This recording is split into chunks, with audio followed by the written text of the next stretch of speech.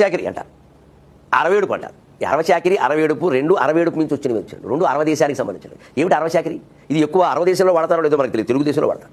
అందుకే అరవ చాకరీ చాలామంది అంటారు. ఏమిటి అరవ ఏడుపు మించి అరవ చాకరీ వచ్చింది.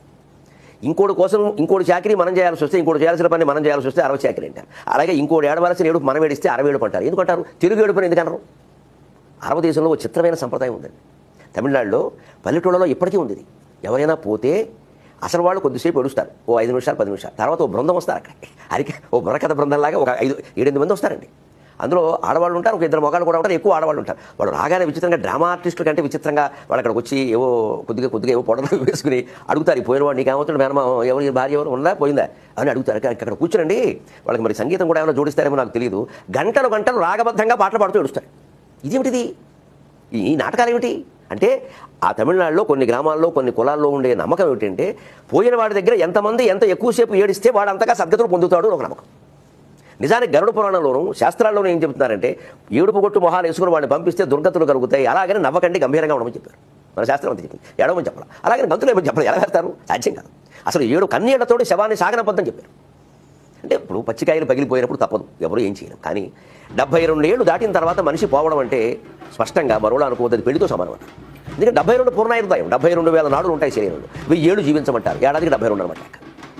1000 ఏళ్ళు జీవించండి, 72,000 నాడులు. ఆ 72,000 నాడుల్లో ఉండే జ్ఞాపకాలన్నీ అనుభవానికి తెచ్చుకుని కర్మఫలాలన్నీ అనుభవించేస్తే ఇక జన్మ కూడా ఉండదు. మనిషి సాధించవలసిన మోక్షాన్ని 70 ఏళ్లలో సాధించేయాలి. ఆ 70 ఏళ్లకు ప్రత్యేకంగానే భాగవతంలో 7 రోజులు పెట్టారు. 7 రోజుల్లో విన్నాం, 7 రోజుల్లో విన్నాడు పరీక్ష అంటే 7కు 10 చేర్చు 10కు పెట్టి గుణించండి 70 ఏళ్ళలోనే మనం భాగవతం చదవడం పూర్తి చేయాలి. అంతేగాని ఎప్పుడు ఏదో నైమిషారణ్యం వెళ్ళడం, అక్కడ 10 మంది కూర్చోవడం, ఆ 7 రోజుల్లో అవగొట్టేయడం, మేము 7 సార్లు చదివాం, 49 సార్లు చదివాం, 7 సార్లు చదివినా ఈ పారాయణలో ఒకటే ఉపయోగమేలా. అవగాహన చేసుకుంటూ ఒక్కసారి చదవాలి, ఆందోళన చెందుతూ 60 సార్లు చదవడం కంటే. జీవితం మొత్తం మీద 70 ఏళ్లలో మొత్తం వ్యాస భాగవతాన్ని తాత్పర్యాలతో సహా 18,000 శ్లోకాలు పూర్తి చేయగలిగితే, నేను అనుభవం మీద చెబుతున్నా, 50 ఏళ్ళు దాటేసరికే వాడికి సంపూర్ణ జ్ఞానం వస్తుంది. సంపూర్ణ జ్ఞానం ఎవరిని వాడికి ఏ ప్రశ్న వేయాలి, అసలు సృష్టి వాడికి అర్థమైపోతుంది. ముఖ్యంగా దశమస్కంధంలో ఆ శ్రీకృష్ణుడు 16,000 మందిని పెళ్లి చేసుకున్న విధానం, వాళ్ళతో గడిపిన విధానం, ఆ లీలలు ఉంటాయి, ఇంకా అద్భుతంగా ఉంటాయి. ఈ సృష్టి అంతా అర్థమైపోతుంది. అద్వైతం ఏమిటో, అసలు ఈ లీలామానుష వేషధారి ఏమిటో, ఈ సృష్టి విశ్వరూపం అనేది ఏమిటో అంతా అర్థమైపోతుంది. అలాంటిది తెలియక చేసే పని. అందుకని మన శాస్త్రంలో ఏడవద్దని చెప్పలేదు. సహజంగా కొంత దుఃఖం వస్తుంది, తెచ్చిపెట్టుకుని ఏడవద్దు. కానీ అరవ దేశంలో కొన్ని కులాల్లో ఉండబట్టి 67 అంటే వీళ్ళు ఇంకా వాళ్ళు రాగానే వీళ్ళు తప్పుకుంటారు. విచిత్రం అది, వాళ్ళు మారు పెడతారు. అంటే వీళ్ళు ఎవరి కోసం పెడుతున్నాడు, ఇంకోటి కోసం పెడుతున్నాడు. అదే 67.